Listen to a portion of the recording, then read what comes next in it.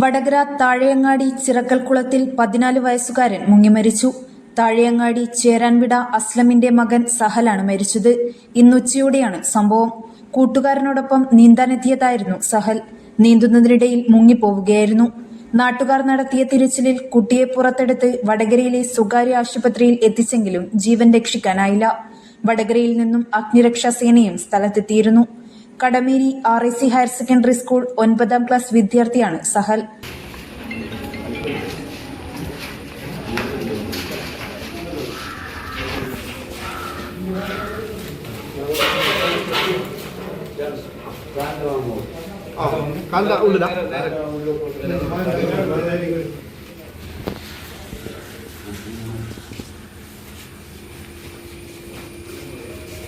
News bureau, media Vadakara.